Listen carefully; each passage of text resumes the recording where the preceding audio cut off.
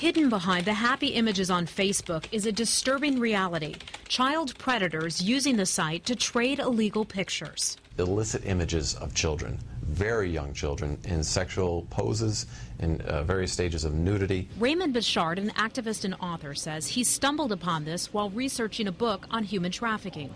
He says at any given time, tens of thousands of photos like these are posted online. And I know it's not easy for you as a mother to see these, or anyone, but the one that struck me of this is this girl, I don't know, 8 years old perhaps? She's mimicking a very sexual pose. She's untied her bathing suit so that you can see underneath it. It didn't take long to find illegal pornographic pictures posted on Facebook. Most of the images are too offensive to show. And the girl was no more than 5 or 6 years old. I can't believe it. I mean, it's all on Facebook for anybody to see. Very easily, yeah. Here's how it works. Child predators create fake profiles to conceal their real identities. They then friend one another to trade video and pictures. Ben Little, was that a real person? No, Ben Little's not. It's Ben Small, Ben Little, Ben Young, anything that could actually sound like a name but pertains to someone being little, small, young, or child. So that's even the word child. So that's a key or a key word to someone Absolutely. who's a child predator. We noticed this. Their likes are similar. One example, the book Lolita, about a man who has an inappropriate relationship with a young girl. It's rampant, to be quite honest with you. Nick Savage is with the Cyber Division of the FBI, part of a task force that investigates these crimes.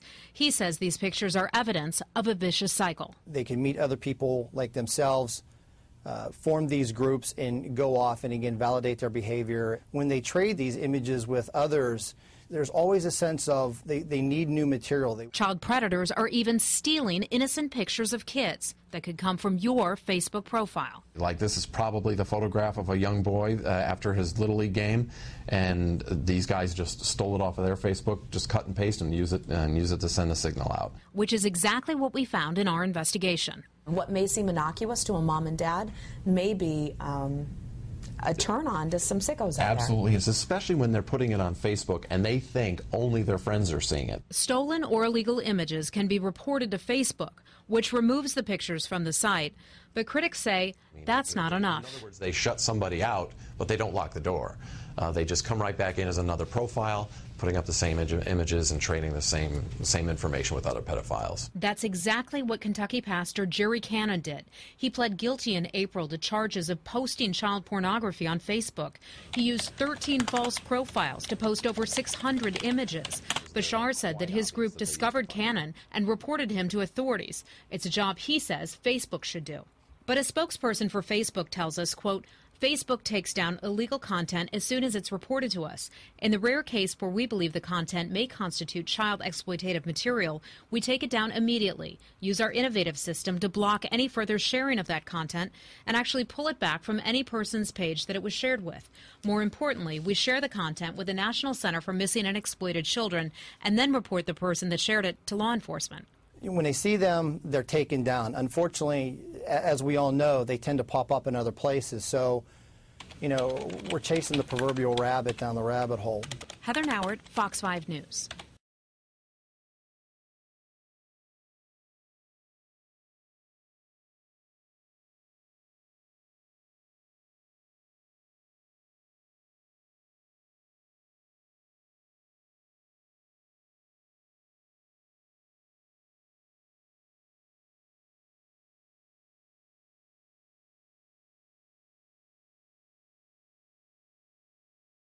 So what we're going to be looking at are some of the elements that the news report did not show us. A little bit more detail in how we came upon the story.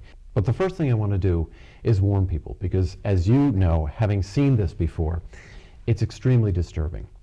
These images are really not to be viewed by younger people, and people need to use their discretion before they view it and before they show their family members. But we wanted to make this video to spread the word about what's happening on social networking sites like Facebook and Twitter and many others. Very few people know about what's happening on social networking sites like Facebook and Twitter. So what we're about to see is what's been going on for a long time and what we have been urgently trying to tell people, and so that these companies take proactive action in correcting it. So we call this Facebook and child pornography the truth. simply because there's so much getting in the way of people finding out and knowing what's happening, about what's really happening within the realm of where they go every day. It's our community meeting place. It's the one place where we all go to find the news of what's happening in the world, in our community, with our families, with our friends. It's a wonderful tool, but there are those out there who have used it for some very evil purposes, and we're about to see why. When I was researching my book, The Berlin Turnpike, which really explores commercial sexual exploitation in the United States, I realized that much of what we call human trafficking and prostitution is now using the internet to market young women, young boys. So we remember the Craigslist controversy from a couple of years ago and how many people were using that Craigslist to really market human trafficking. Pimps were using listings in their escort services section, then their adult services section, and you remember it quite well because you were involved in the battle to get rid of those things. When that ended in September of 2010, when I was writing the book, I realized that this commercial sexual exploitation marketing that was online had to migrate somewhere. It was too powerful a tool not to continue to use the internet for this type of thing. And of course, we know about the fact that it went to Backpage and many other paid-for websites that you and I have fought against, the Erotic Review, escorts.com, fling.com, and some of the others. But what I very quickly realized was that a lot of it had migrated off of Craigslist and onto Facebook.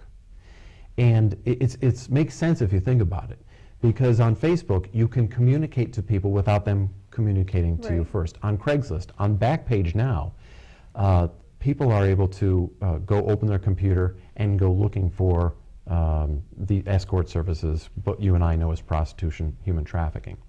With Facebook, you don't have to wait for that phone to ring for some man to open his computer and to look for you. You can go out and friend him. So as I was doing my research for the book, as I was looking at where these services, where these human traffickers, these pimps were migrating onto the website, onto the internet, I realized they were beginning to use Facebook because it has an enormous advantage. This is a screenshot from an avatar, a fake profile that I set up named Heather Faye. And she was able to communicate with men all over the country. Within a few short days, she had had 600 friends, and she didn't exist.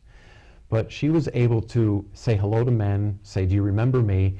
And her profile picture was very sexy, very attractive. She had a couple of open galleries that also had the same type of photos.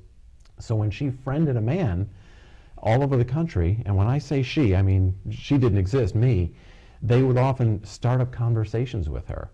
And this is what some of the pimps and human traffickers are now using Facebook for. So you find very explicit profile photos that are open to the entire community, anyone to see.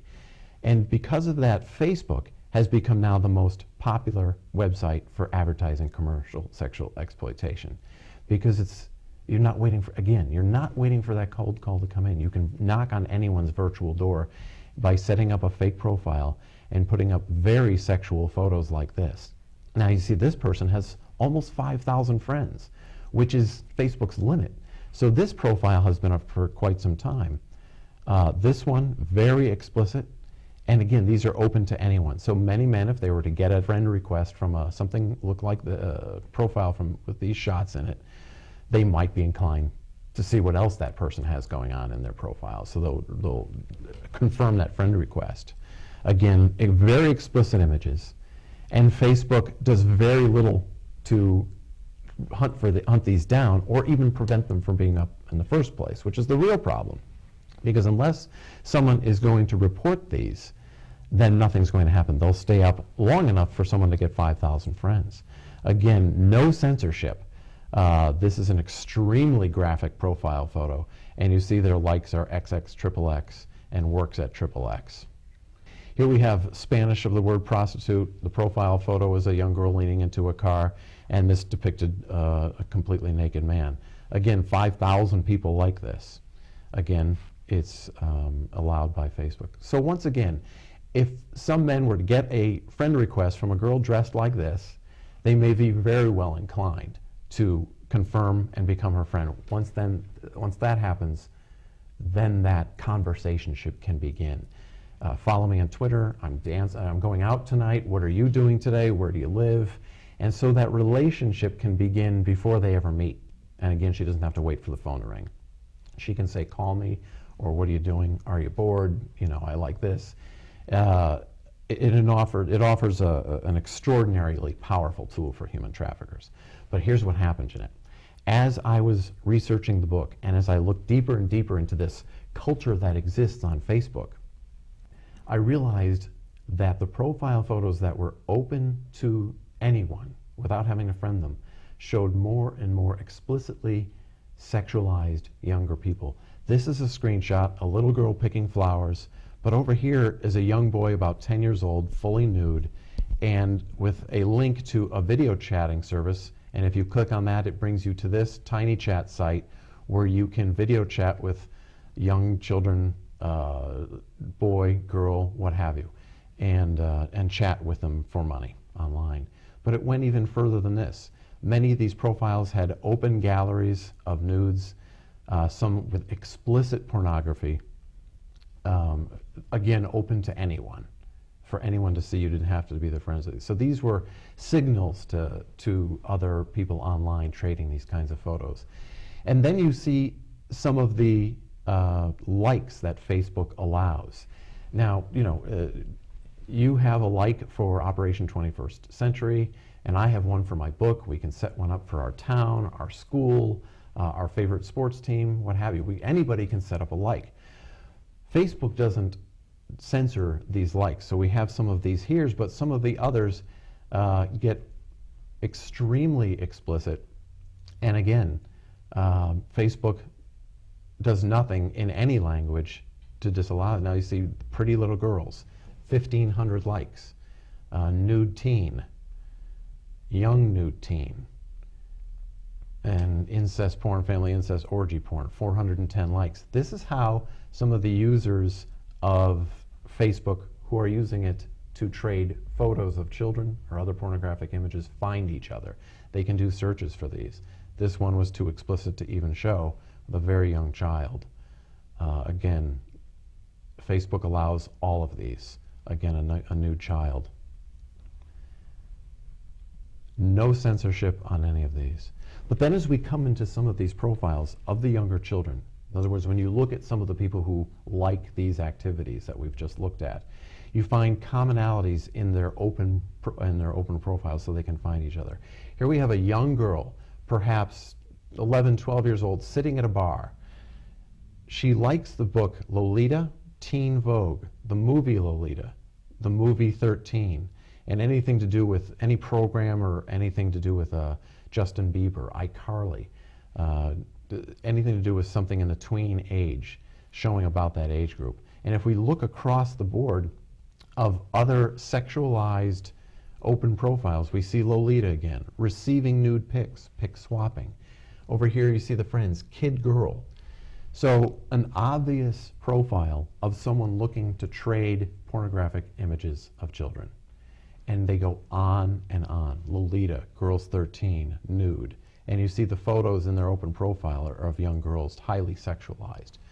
But as I kept looking, again, obviously the name, Lolita, little girls. So we have to ask ourselves, what really is child pornography? And there are very strict laws against child pornography in the United States, both federally and at the state level. It's not protected by First Amendment rights at all. Whereas what we might call adult or mainstream pornography can operate legally. There are strict laws against child pornography in United States Code, and really it's any sexualized depiction of a minor, whether it's a hand drawing, a video, a photograph, CGI, any creation of it, of a child that's sexualized is child pornography. Even if the child's wearing clothing, if it's sexualized, it's child pornography. So we have to keep that in mind. So I wanted to make clear what child pornography is, because it is very, very distinct crime under the law. As we go on and look at some of these other open screenshots from Facebook, I want to warn people again, because of, we're not going to show anything that's clear or be able to identify a particular child. But this is an extraordinarily difficult topic to see, as you know. Absolutely. So again, in researching the book, I found these open profiles that were obviously set up by men who were looking to trade photographs of younger and younger children. Now, is it just men or women too? Did you find out? We really don't know who's behind these. Although it's interesting, the arrests that we see coming across, and some of the ones that we've helped investigators with. Some of the folks that a group of us that investigate this online and turn the information over to law enforcement. All the arrests we've seen have been male. Interesting. So I'm not a psychologist. I don't know the psychology behind it, but yeah, most of the arrests are male. However, there's a distinction under human trafficking laws between the production of child pornography and then the distribution of child pornography. Right. So in the production of child pornography, yes, we know there are females involved, because oftentimes if there's drugs involved, it's anyone who has access to a child for any amount of time. There's a lot of money involved in this, and sometimes drugs as well. Right. So when you get that that motivation, yeah, it's male and females. Okay. Yeah. The word angel is often used. Angel, Lolita, young, little, anything in the profile's name, the profile user's name that they can look for, the name love. So they can actually look for that. And we've blocked out some of these things. But I noticed they were getting younger and younger. And you see this person has over 650 friends. Now I'm looking for friends to invest in my stock. So they're always looking for friends to give them something, to trade photos, to open their galleries. And you see their friends, it's hard to see, it's blurred, but all of their friends are young girls in suggestive or sexualized positions. And again, younger. This girl's probably no more than 7 or 8. Now here we get into some of the very, very sexualized, open to the public profiles. This is a male photo. This was of a young boy who was naked, who's holding a knife to his exposed genitals. Some of them are highly stylized in a studio with a background. This girl's about 7 years old. She's pulling up her bathing suit top. About 8 years old in leather boots and heels. This was a young girl in almost a belly dancer kind of harem costume. Again, live screenshots from open galleries for anyone to see. This girl was in a flapper outfit, about 7 years old. This girl's 6 years old, her genitals exposed.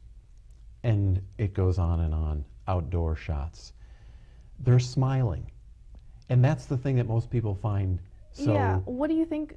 what am I supposed to think about that when I see Facebook and I see a young girl smiling? Am I, like, the comment, of course, I'm an abolitionist, but the first immediate thought for a common person would be, okay, she's obviously enjoying it. So what would you say about that? It's somebody who knows how to manipulate a child so that what they're doing they think is playtime. Okay. It's not something that they feel threatened with. They've been put a costume on like they do at Halloween. They don't know sexuality yet. So they don't know that at their age, sexuality isn't something that's supposed to they're supposed to be exposed to, or they're supposed to be used for or participate in. So they think it's just laughing and fun and, ooh, I'm getting my picture taken, just like I do any other time. They don't know the evil intent of the person who's taking those photos. So what about the person who's actually taking the photos? Could it be if the girl or the victim, he or she, both, is so comfortable with the photographer, do you think it's family related, or is an individual being kidnapped, or what do you think the circumstances are at that point? Both. Many times it's not the stranger danger that we know about. It's someone they know, or someone they almost know, kind of know. The National Center for Missing and Exploited Children has done an extraordinary video where they teach children about the strangers, the don't knows, the kind of knows, and then the people you really do know who are safe. Well, the difficulty here is some of the people that children do know who they think are safe, parent, uncle, someone close to them, is dangerous to them. Again, it's someone who has access to a child that the child can trust. They know who to look for, the folks who are taking these photos. Exactly. And some children will trust very, very quickly anyone, and it doesn't take long to get them in this type of position, to get them laughing, to get them to trust them. So it's either someone who already has their trust or who has won it very quickly. That's very scary. Yeah, okay. It's extreme. And it's very difficult to warn children about this, you know, so that they're not, especially if it's someone they do know, and that's the evil of it. So again, these girls are posing, they're laughing, no bikini bottom here. This girl's about 11 years old. Again, she's about 5. Same girl on her hands and knees, about 5 years old. And it just goes on and on and on throughout Facebook. This girl about 4 years old with a shotgun, smiling. Now this was one of the first photos that came to our attention. It's a girl with her hair done up, her makeup done. She's about 7 years old, wearing a bikini in this first shot. But in this shot, it's the same girl in the same setting, but she's completely naked, holding an inflatable Daffy Duck. Now this is the one that we realized, okay, something's systemically wrong here with Facebook. So a colleague of mine and I reported this online to the National Center for Missing and Exploited Children and to the FBI. But we were so taken aback by this that we went to the FBI in person and reported this particular photograph. And we gave them access to this fake profile I had given them. And they were very familiar with this type of crime happening on Facebook. And they had told us about how difficult it is sometimes to deal with them and get information from Facebook. And we'll go into that in a little while, what happens when people report things. But this was the photo that we reported to the FBI specifically and that I describe in the book. I think it was sort of the tipping point for us. It's like, how is there so much of this?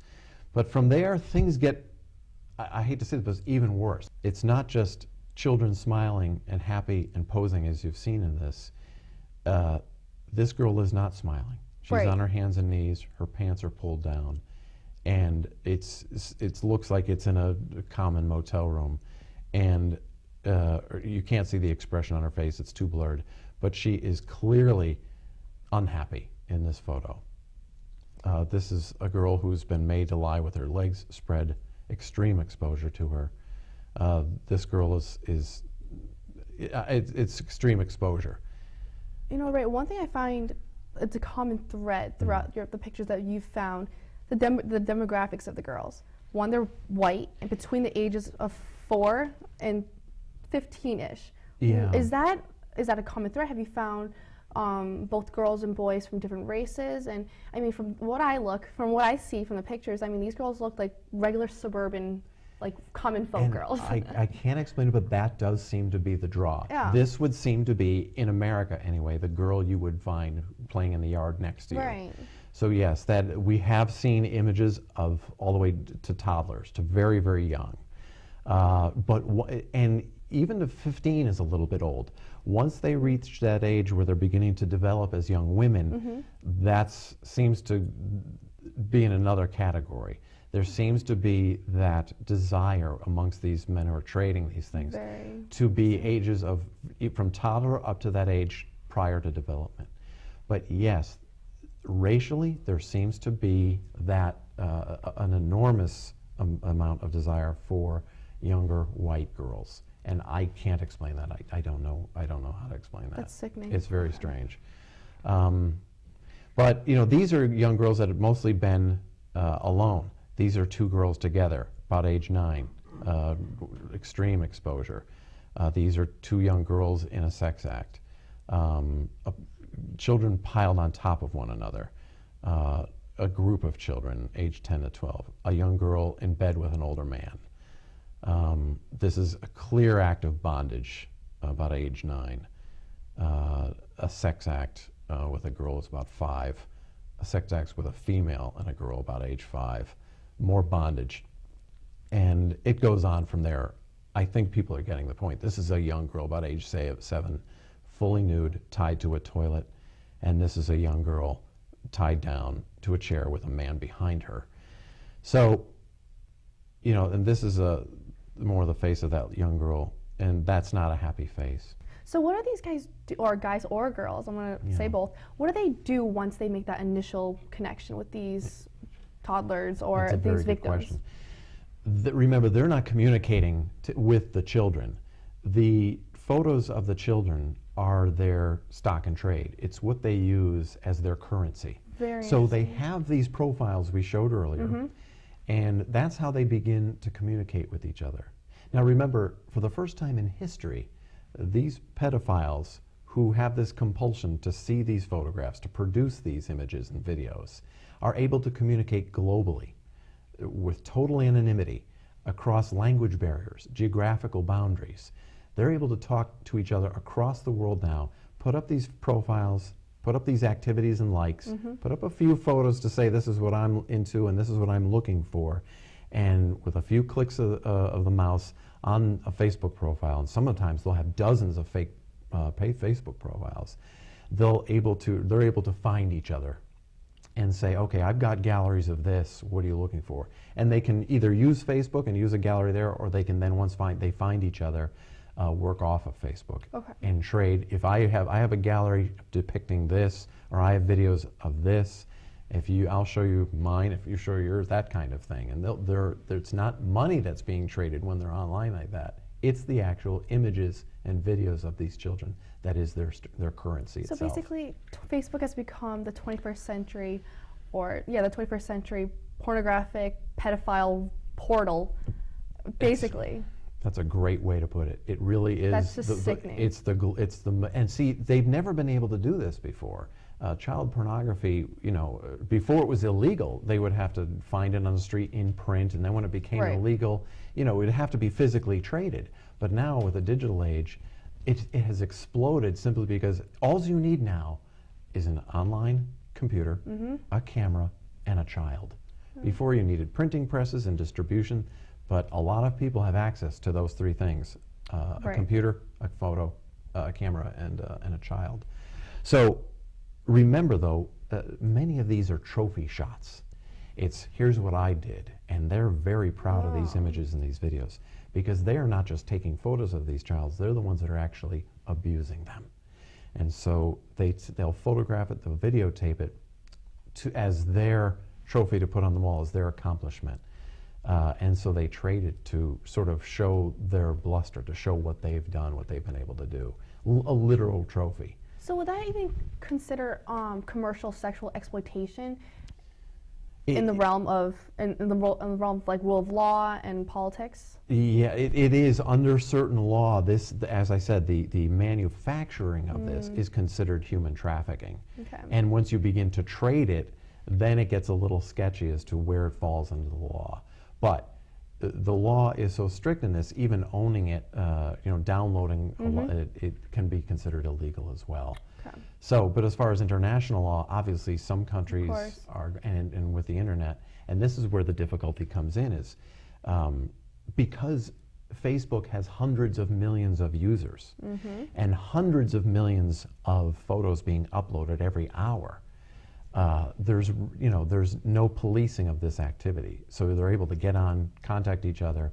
If they're reported and their profile is blocked or the pictures are blocked, they simply create another profile, repost, and go on from there.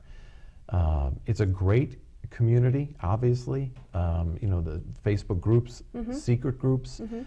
We saw how well they were used in taking down dictatorships in the Arab Spring.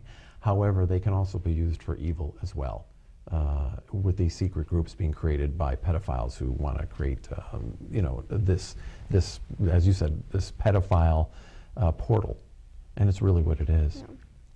So, and beyond the child pornography laws, beyond the pedophiles who are taking these images, finding them, or distributing them, trading them, we have to look at the human level of what this is doing to the children, and it's nothing less than rape.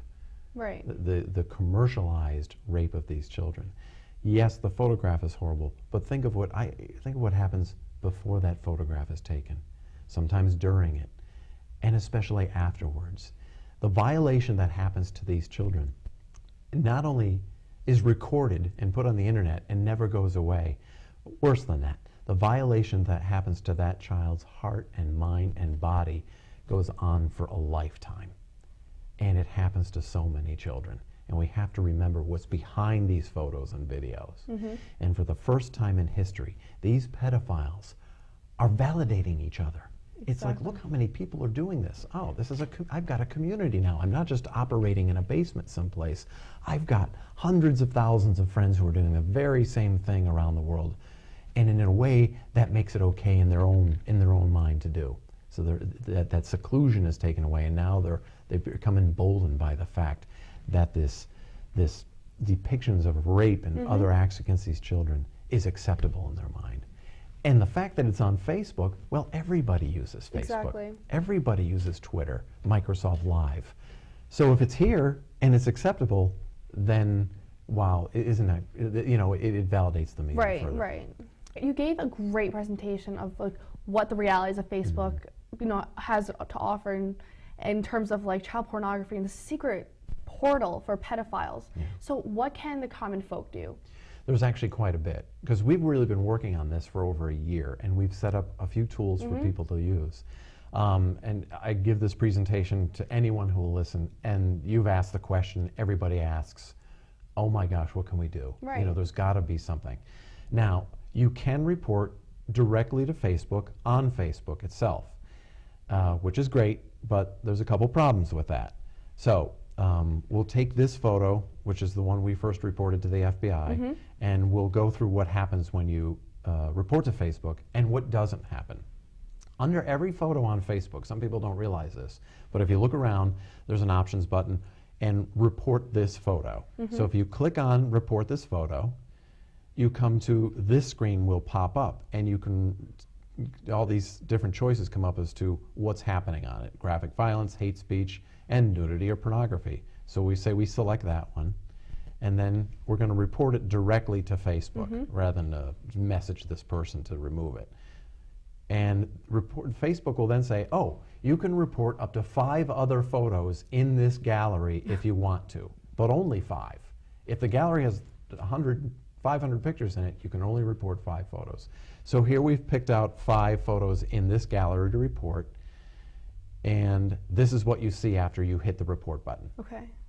The photo, nothing. No thank you for Literally. reporting, no we'll follow up with you, no response at all. You simply get the screen of the photo again. There's absolutely no acknowledgement that you've just made that report. So say I want to go back on to that gallery and say, well, I've reported 5 out of 100 photos that are, child pornography. I'm going to go back to that gallery, pick a few more, and report them again. Say we do that, this is the screen you see. You have already submitted a report for this content. So they're telling you, oh yeah. Like we've already got it taken care of. Yeah. It's interesting that, like, of course they created Facebook for a different reason, but I don't think that the creators of Facebook ever thought that, holy crap, this website that I've created is now used for child pornography. Yeah. And for having over 700 million users, and I think that's the number, you would think that their multi-billion-dollar industry can hire a few people to help filter the words nudity, child pornography, anything in that such matter. But just for you to go through this and to not get a result, and to be proactively researching this, I don't know, I think this is despicable at this point. And I agree with you. We don't think Facebook wants this on their site. Of course we know they don't want it used for this. However, if we know this is happening, and if it has continued to happen for so long, where these likes and activities are there with some of the words you mentioned that are, not just words that are R-rated in our language, but R-rated in other languages as well. Right. Clearly, why aren't they hiring a couple of people to simply take care of what we're finding every day? With Facebook's initial public offering of common stock, it has put a value on the company of at least $100 billion. So yes, they do have the resources to address this issue, but perhaps they feel to address it is to acknowledge that it's happening, and it's simply too risky in the public relations realm to acknowledge that it's happening. We want to draw attention to the fact that it is, that it's obvious, that it's growing, and that they could really address it by preventing it from ever being placed on their website in the first place. Right. Because there are other social network sites that do prevent it. So if they're doing it, if we know about it, then certainly they could address it as well. Absolutely. The difficult part with reporting on Facebook is that it gets rid of it and doesn't report the crime. What we've seen today, if we report it as a crime, if you report it to Facebook and they erase it, it's never reported to anyone as a crime. So that evidence is gone. The Department of Justice in the United States doesn't know about it. Nobody looks into the user. So that person who gets their gallery taken down or their profile taken down, it's simply reposted. The crime continues. Yep. So this is Facebook's response to this issue. We have zero tolerance for this activity on Facebook and are extremely aggressive in preventing and removing child exploitive content, as well as reporting it and the people responsible for it to law enforcement. We've built complex technical systems that either block the creation of this content, including in private groups, or flag it for quick review by our team of investigations professionals. Now, if all of that were true and working, none of the content I've been able to show you would exist on Facebook. Right. However, we have not been able to get answers from Facebook about what their reporting system is to law enforcement. In other words, how many reports do they get on images and profiles? And what is that number, and what is the number they report to the National Center for Missing and Exploited Children or the Department of Justice? Who are these investigation professionals? What are these complex technical systems that they're using? They're not transparent about that at all.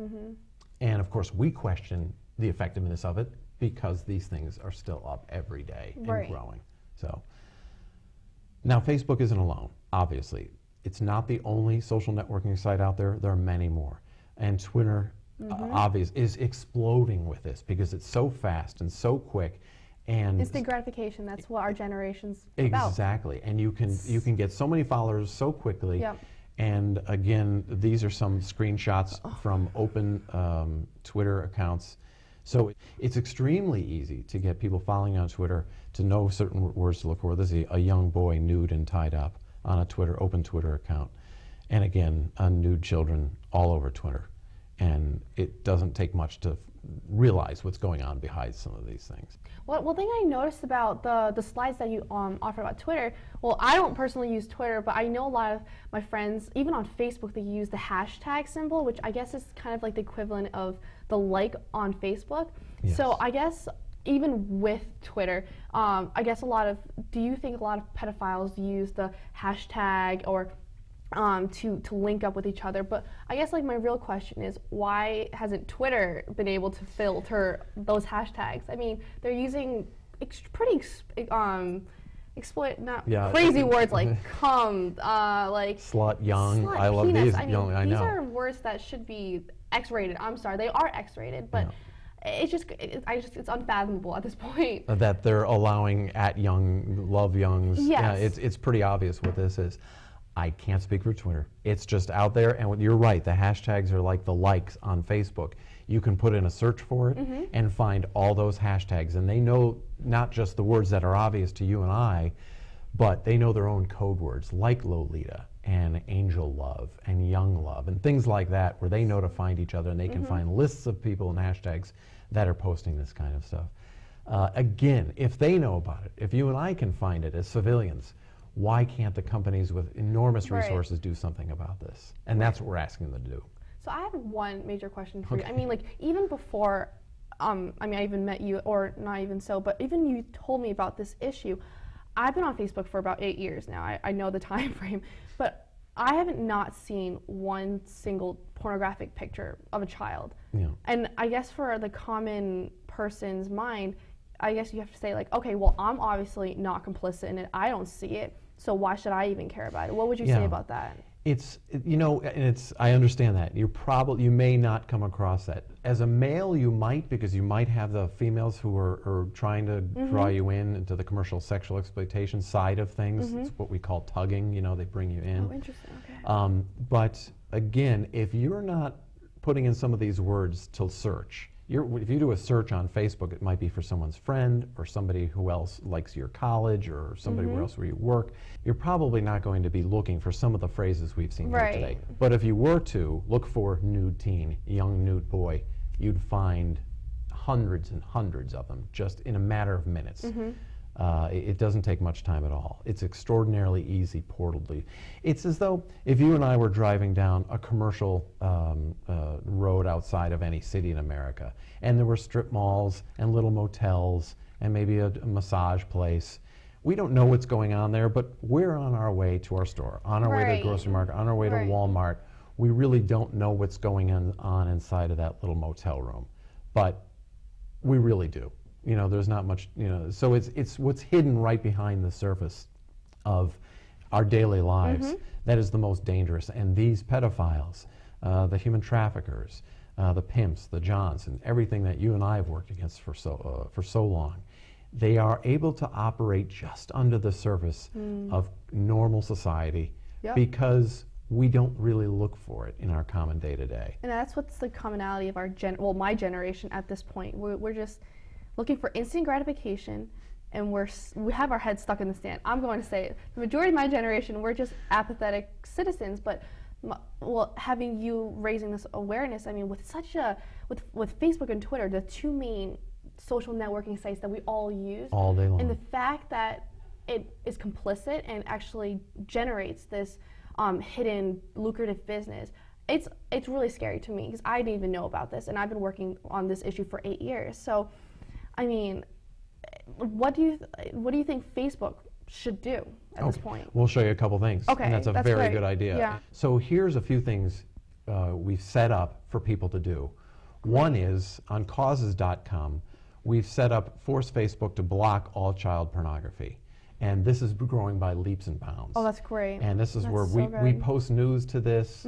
We post examples of arrests that have happened, people that have been found and arrested because they were using Facebook for child pornography. So any news that's happening about this issue, we post here, and it's, again, tens of thousands of people are now on this. We could love to have more people join this cause, because the more that do, the less Facebook can ignore what's happening. Great. We've also started a petition on change.org that's well into the thousands, which is great. I mean, change.org has, in the past 12 to 18 months, really come into its own.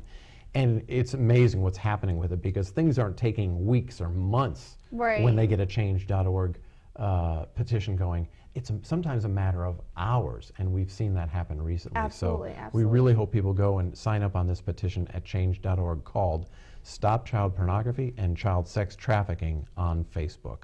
This website that we just set up, StopChildPornOnFacebook.com, is where people can take direct action in communicating with Facebook through direct mail. They can also communicate with their legislators through direct mail about the issue of child porn on Facebook. So from this website, people can hit the button Act Now, or many of the other links here, and go directly to a page where they can send via first-class mail directly to the corporate offices of Facebook. So there's no avoiding the message you can send directly to Facebook from this website. Great, that's really good, and that's the instant gratification my generation uses too. And that's why we set this up, because we wanted people to give a tangible way for people to communicate with Facebook, foregoing email and everything else, so that we want to flood their corporate offices with these cards saying, "Stop this now," something they cannot ignore. Great. We're going to go through very quickly now what happens when you report these crimes to the FBI, because you can. You simply copy the address of the photograph you find, and you go to what's called ic3.gov. It's called an IC3 form on the FBI's website. And this is what it looks like when you come there. You've complaint referral form for the Internet Crime Complaint Center, IC3. You've found sex, you hit next. You have found child pornography, you hit next. You filled out a very long form. Your name, your address, your phone number, where you found it, the circumstances, everything. Fine. They want as much detail. The more detail that law enforcement has, the better able they are to solve crimes. That's great. When you submit that, you get an email that looks like this saying, "Thank you very much, we'll look into it." Typically, you hear nothing about it after that. Okay.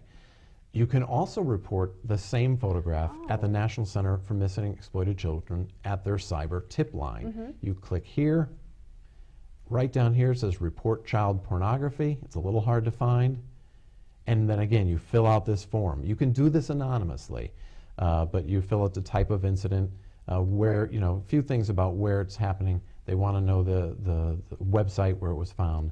And then because of reports made like this, because we were in contact through this fake profile that I showed you earlier, arrests have been made.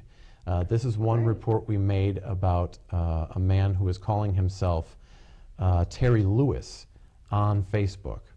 And he had communicated with a fake profile that I had, and he wanted me to open up galleries that I had hidden. And he showed me the galleries he had hidden, and they were filled with the child pornography. That's where we reported it to the FBI, obviously. And they arrested this man named Jerry Cannon. He was a pastor from Kentucky, a wife and 3 children, but this is what he was doing. And so it does work. If you take the time and report this and enough information is given, it does work. So how long does it usually take? You obviously reported it. When did the That's pastor get convicted or caught? He was not very good in hiding himself, so this was a matter of weeks. He was very, very obvious about what he was doing. He didn't know about hiding himself. He thought he was pretty well hidden since he was using a fake profile on Facebook. But if the FBI finds that it's, the Department of Justice find that it's easy, you know, not easy enough, but enough information can be gathered, they can locate someone pretty easily. And how, do you know how? Or, a little bit about system. with it, Okay, but yeah, they're not going it. to talk about their investigative Right, procedures, and I okay. hope they don't. Okay. But the problem is they're so overworked. There's so much of this. There's so many reports coming in, and they have limited resources, limited resources as far as manpower and money and time. And so they have to get they have to go after the reports that are the most obvious. And they've been making some very good busts lately. We see more and more made all the time. That's really good news. Because the reporting procedures and their investigative procedures seem to be getting streamlined. So we're seeing more arrests being made all the time. I'm sorry. Go ahead. Well, I'm glad that over 300 people shared the link, and it seems like people are starting to like educate themselves and like, holy crap, this is actually happening. And the fact that it was a pastor, Yeah, I know. I mean, the first time I saw this, it blew my mind. Well, that's the thing. Human nature pays no attention to what you are, what you do, what school you've been to. So, of course, we've seen pastors, professionals of all kinds, professors, people in law enforcement. And, of course, those are the ones that make the headlines, and people get to, you know, they're so stunned and amazed. But at this point, it shouldn't surprise any of us. Right, you know. It would be great if everybody who was a terrorist really looked like one, or everyone who we think looked like a bank robber looked like one, or everyone who looked like a creepy pedophile. But the image of a John is just ambiguous, and it could be literally anyone at this point. It could be absolutely anyone. So, you know, these are the faces of the children that are affected by this. These are the faces of the children we found on Facebook involved in child pornography. And, you know, my constant question is, that keeps me up at night, is what happened after these photos were taken? Where are these children now? You know, are they okay? Are they alive? You know, does anyone know? Were they rescued? Are they still in the hands of that abuser? Does whoever took these pictures still have access to them? You know, and that's a question for all of us. But there's things we can do.